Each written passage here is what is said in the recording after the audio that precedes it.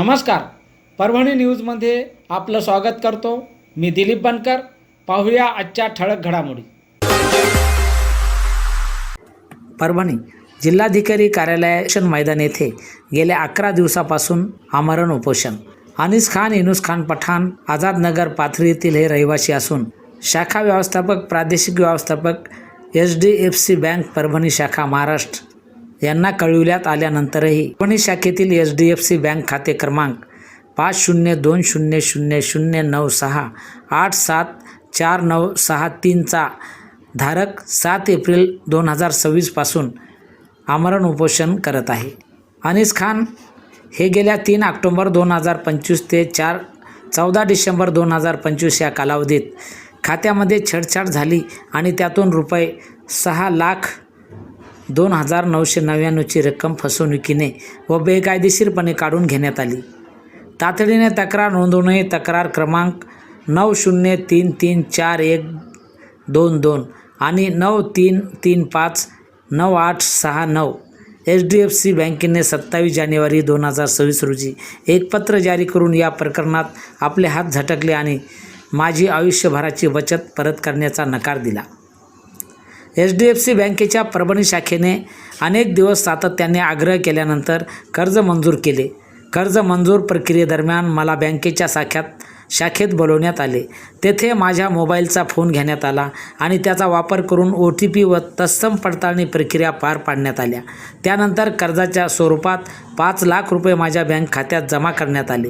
त्यानंतर लगेचच ऑनलाईन व्यवहाराद्वारे अतिरिक्त माझ्या मोबाईल डिव्हाइसवर आणखी एक ईमेल ID नोंदणीकृत करण्यात आला, ज्याबद्दल मला अजिबात माहिती नाही.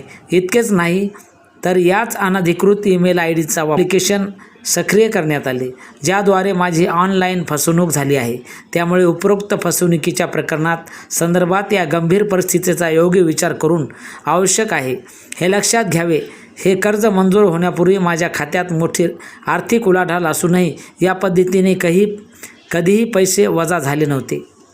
तरी जिल्हा पोलीस अधीक्षक, जिल्हाधिकारी आणि शाखा व्यवस्थापक यांनी HDFC बँक परभणी यांनी मला न्याय द्यावा यासाठी आमरण उपोषण सुरू आहे.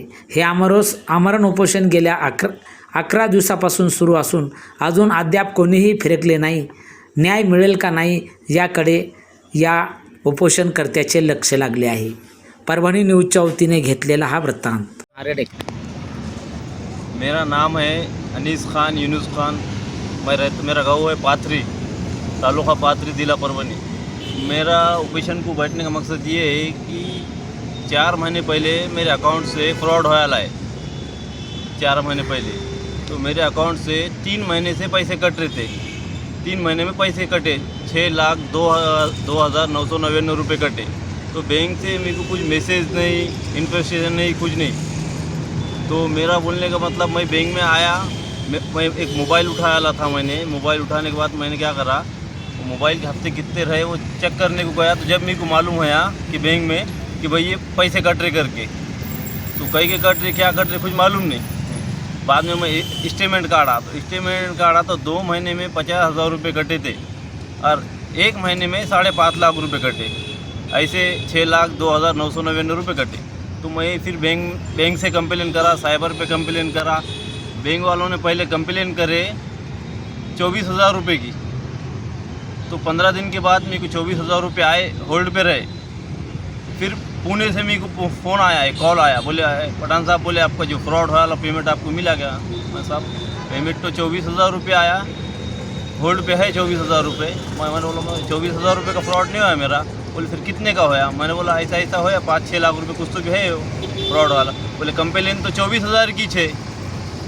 फिर बैंक में जाओ बोले तुम. बैंक में मैं गया, बैंक मैनेजर को बात कराया. उन्होंने बोले, ऊपर जो पुणे से कॉल आया था, उन्होंने बोले कि भाई जितना इनका फ्रॉड हो रहा, जितने ट्रांजेक्शन होया ले पूरी कंप्लेन करो. फिर डबल से कंप्लेन करे जितने पैसे की फ्रॉड होया है. तो कि भाई बोलने का मतलब ये है मेरा कि मैं 7 तारीख से उपोषण को बैठा है कि भाई कोई अधिकारी मिलने को तैयार नहीं. साइबर से 4 महीने पहले साइबर भी कंप्लेन करा, साइबर से भी कुछ रिस्पॉन्स नहीं, FIR नहीं, कुछ नहीं. हमारा बोलने का मतलब ये है कि भाई हमारा जो फ्रॉड होया, एक तो हमारे पैसे गए और मानसिक तनाव में बोले तो मानसिक रूप से मैं 4-5 महीने से परेशान है। बैंक के चक्कर मार मार के, साइबर के चक्कर मार मार के रोज़ परेशान है मैं 4-5 महीने से। तो हमारा बोलने का मतलब यही है कि भाई मैं जिलाधिकारी को 29 तारीख को पत्र दिया था कि भाई मैं ऑपरेशन को बैठने वाला है। तो उन्होंने मेरे को 29 तारीख को पत्र दे के मेरे को उधर से कलेक्टर साहब से पत्र आया 13 तारीख को कि कोई अधिकारी इसमें रिश्वत लेने को तैयार नहीं है। तो मेरा बोलने का मतलब ये है भाई कि हमारे को जो मानसिक रूप से त्रास होया है उसकी जांच हो, और जहाँ भी ये फ्रॉड होया है उसकी इंक्वायरी हो। बोलने का हमारा यही मकसद है। आणि याचबरोबर हे बातमीपत्र संपलं.